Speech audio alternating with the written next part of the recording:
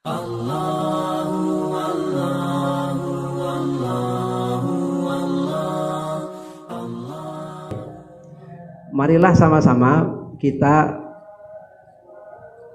menyimak atau membaca dari hadis Rasulullah Sallallahu Alaihi Wasallam yang dituliskan di kitab Nasaihul Ibad, tulisan dari Al-Hafidh Ibnu Hajar Al-Asqalani rahimahullah, yang disyarah oleh Syekh Nawawi Ibn Umar Al-Bantani Al-Jawi, yang menyimpulkan tentang karakter takwa itu semestinya dia bisa menghindarkan suatu kaum, suatu bangsa dari bala dan musibah yang akan terjadi. Marilah sama-sama kita simak pesan-pesan dari Nabi Rasulullah Muhammad Sallallahu Alaihi Wasallam sebagai sebuah introspeksi bagi kita, supaya kemudian kita terus bisa meningkatkan keimanan dan ketakwaan kepada Allah Subhanahu wa taala, khususnya di bulan Ramadan ini. Bismillahirrahmanirrahim. Qala Nabi sallallahu alaihi wasallam. Nabi sallallahu alaihi wasallam telah bersabda, "Sayati zamanun ala ummati." Akan datang suatu masa pada umatku, yafirruna minal ulama'i wal fuqaha'i. Mereka akan lari dari para ulama dan para fuqaha. Apa yang akan terjadi ketika mereka lari dari ajaran Islam? Mereka lari dari ajaran para ulama dan para fuqaha. Fayabtalahimullahu bisalasi baliyatin. Allah Subhanahu wa ta'ala akan memberikan kepada mereka 3 macam bala, dan dari bala ini kemudian adalah simpul dari berbagai macam bala dan musibah yang terjadi pada kehidupan manusia. Yafirruna minal ulama'i wal fuqaha'i fayabtalihim Allahu bisalasi baliyat. Allah akan turunkan bala musibah kepada mereka dengan 3 macam musibah dan bala. Ulaha, yang pertama adalah yarfa'ullah al-barakah min kasbihim. Allah Subhanahu wa taala akan mengangkat barokah dari usaha, ikhtiar, mata pencaharian mereka. Yang kedua, wasaniyatu yusallitullahu ta'ala alaihim sultanan zaliman. Allah Subhanahu wa taala akan mengangkat kepada mereka, diangkat di tengah-tengah mereka, yakni apa? Yakni adalah pemimpin yang zalim bagi mereka. Dan yang ketiga, wasalisatu yakhrujuna minad dunya bighairi iman. Allah akan keluarkan dari mereka dalam keadaan meninggal tanpa membawa iman. Nauzubillah tsumma nauzubillah. Ma'asyiral muslimin rahimakumullah. Poin yang pertama adalah manakala diceritakan tentang nubuat, tentang kejadian-kejadian yang akan terjadi pada suatu masa, maka yang pertama yang perlu kita perhatikan adalah cara sikap kita, jangan sampai terjebak pada 2 cara pandang atau aliran akidah yang tidak semestinya, yaitu Qadariyah atau Jabariyah. Yang pertama adalah Jabariyah. Ketika Rasulullah menyampaikan sayati ala nasi atau ala ummati zamanun, akan ada suatu masa pada umatku, itu seperti saja misalnya jika ada di sebuah tebing, di sebuah jurang, kemudian ada orang yang mengatakan menjauhlah Anda dari jurang karena nanti Anda akan jatuh.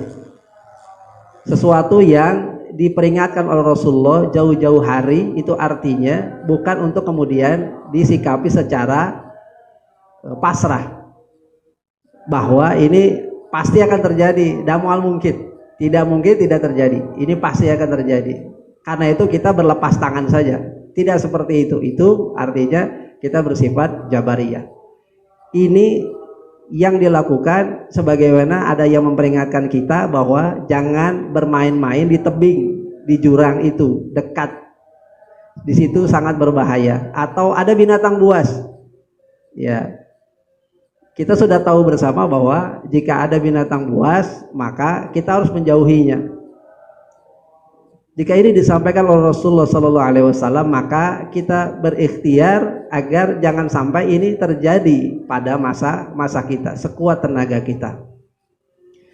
Atau yang kedua, sisi yang kedua adalah Qadariyah.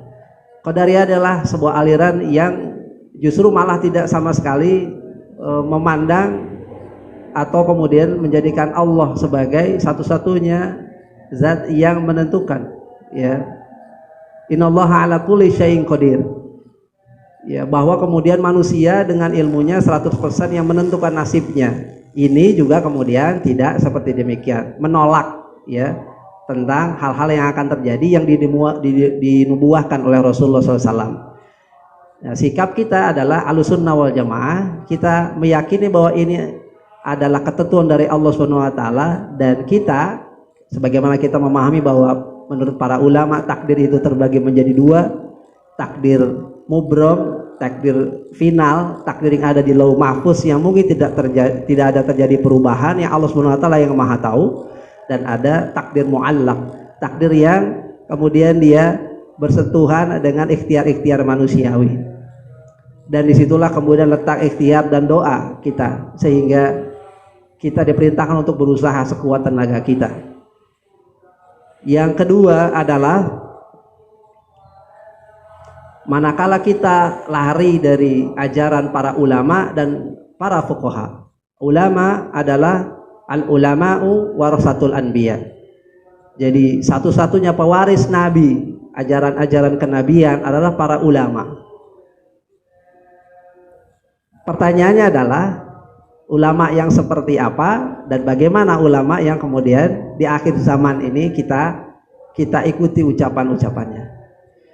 Imam Syafi'i pernah ditanya oleh murid beliau, jika di akhir zaman banyak sekali fitnah akhir zaman, maka ulama yang seperti apa yang kemudian aku ikuti? Maka beliau mengatakan, ikutilah ulama di mana panah-panah musuh mengarah kepadanya. Artinya kita mengikuti para ulama yang betul-betul secara kredibilitas, secara keikhlasan memang adalah ulama-ulama yang betul-betul memperjuangkan tentang keislaman dan keimanan.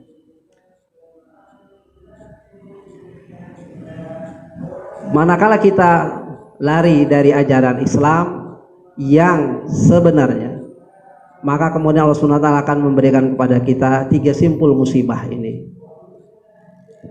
Satu contoh yang relevan adalah sebagaimana syumuliyatul Islam yang telah digariskan dan kemudian disimpulkan dengan satu kalimat sederhana, al-Islamu nidhamun syamilun. Islam itu adalah satu sistem yang menyeluruh yang kemudian mengatur keseluruhan hidup manusia.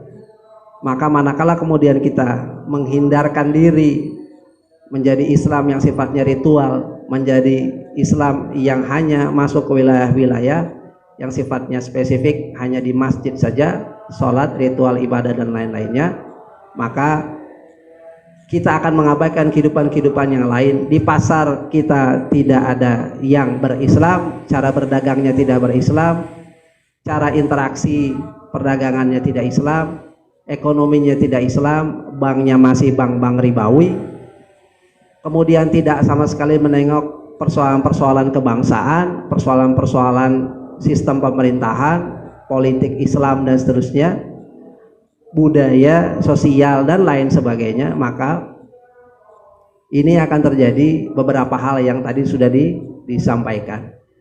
Ada kisah menarik dari seorang ulama dari Nahdlatul Ulama, ya, Kiai Haji Gus Bahauddin Nur Salim. Ada kisah tentang 2 orang di masjid yang satu orang sedang sholat, kemudian satu orang sedang tidur.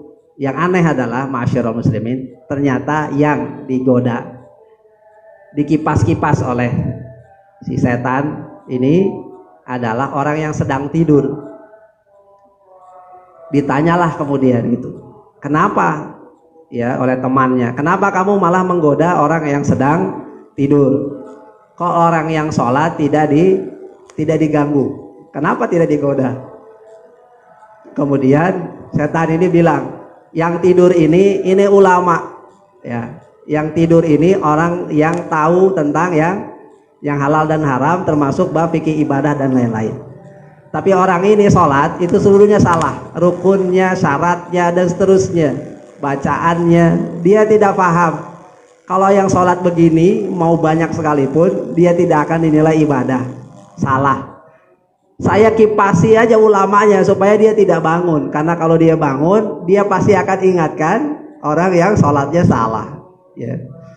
Jadi dalam berislam kita membutuhkan ilmu dan jangan sampai kemudian kita lari dari para ulama, karena itu wasilah odoj one day one juice ini adalah wasilah yang insya Allah sangat baik sekali untuk kita bisa menjadi generasi-generasi yang mendekat dengan para ulama dan fuqaha. Ma'asyiral muslimin rahimakumullah, yang pertama adalah Allah akan mengangkat keberkahan dari usaha-usaha kita. Dari apa? Dari mata pencaharian. Ya, sistem yang seperti sekarang ini, sebagaimana kita tahu orang tua kita dulu, orang tua kita memberikan nafkah kepada kita, anaknya lebih dari 2, bahkan 3, 4, 5, bahkan 11 anak sekalipun, semuanya dicukupi dengan uang yang tidak sebanyak hari ini, tetapi uang yang banyak hari ini ternyata kita rasakan tidak terlalu bernilai sebagaimana dulu. Itu adalah keberkahan, dan keberkahan ini kalau sudah diangkat, maka apapun yang kelihatannya besar tidak akan ada membawa maslahat. Kita lihat bahwa orang-orang yang telah terpancing untuk mengambil uang-uang publik, uang-uang rakyat, orang-orang yang kita lihat di televisi bukanlah orang-orang yang kekurangan uang, tetapi orang-orang yang punya akses, bahkan kemudian uang bulanannya dari gajinya itu dicukupi, bahkan kemudian fasilitasnya, kendaraannya, mobilnya, perjalanan dinasnya dan lain-lain, puluhan juta rupiah setiap bulan. Bandingkan dengan orang-orang yang hanya 100.000 bahkan 50.000 sehari, dikurangi dengan hal-hal yang lain dan seterusnya.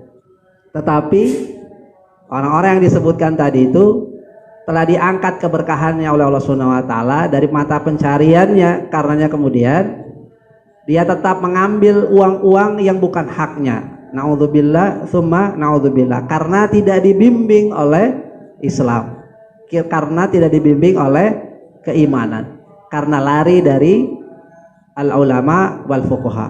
Karena itu kemudian Allah akan angkat keberkahan dari usaha-usaha mereka. Yang kedua adalah Allah akan angkat kepada mereka pemimpin-pemimpin yang zalim. Karena masyarakatnya zalim, karena masyarakatnya lari dari ulama dan fuqaha, maka kemudian mereka memilih pemimpinnya dengan cara yang tidak sesuai dengan perintah Allah dan Rasulnya. Karena itu Allah akan angkat kepada mereka pemimpin yang justru tidak sayang kepada mereka, pemimpin yang mengutamakan diri-diri mereka sendiri, perut-perut mereka sendiri. Semoga Allah SWT menghindarkan kita dari ini seluruhnya. Dan yang ketiga adalah naudzubillah, yakhrujuna minad dunya bighairi iman. Karena tidak ada bimbingan, karena tidak ada arahan, karena itu kemudian Allah SWT naudzubillah akan mengazab orang-orang ini dengan yakhrujuna minad dunya bighairi iman, akan keluar dari dunia tanpa membawa keimanan pada Allah Subhanahu wa taala. Refleksi ini adalah refleksi yang masuk ke wilayah dari pribadi, soleh secara pribadi, soleh secara sosial, dan kemasyarakatan. Kita bicara tentang soleh dan muslih, kita bicara tentang hasil-hasil Ramadan kita yang bisa dirasakan oleh lingkungan masyarakat kita, bahkan kemudian bisa dirasakan dalam segi yang jauh lebih luas lagi. Karena ketakwaan ini maka Allah akan turunkan keberkahan dari langit dan bumi. Itu adalah kepastian. Karenanya jika ada hal-hal yang terkait belum Allah turunkan, kita mesti introspeksi dalam-dalam,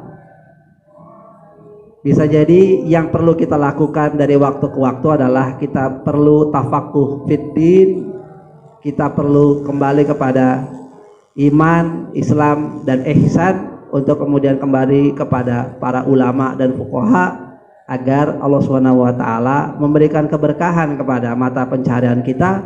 Allah Subhanahu wa taala akan memberikan kepada kita, mengaruniakan kepada kita pemimpin-pemimpin yang sayang kepada kita, dan Allah Subhanahu wa taala akan mewafatkan kita dalam keadaan husnul khatimah. Wallahu a'lam bishawab.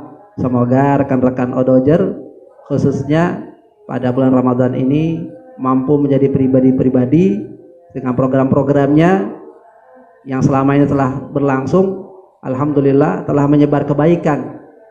Semoga terus istiqomah dalam belajar, istiqomah dalam berbagi dan bermanfaat untuk sesama.